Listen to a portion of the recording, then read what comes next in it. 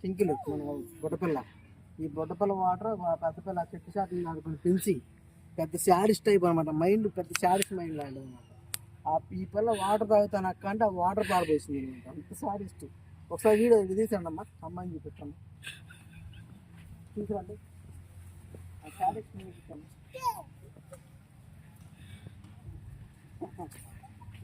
నేను చెప్తాను అది కొంచెం శాడిస్ట్ వచ్చింది నేను చెప్తే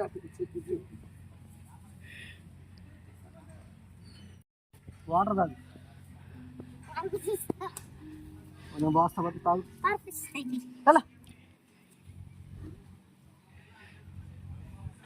ఇంకొందా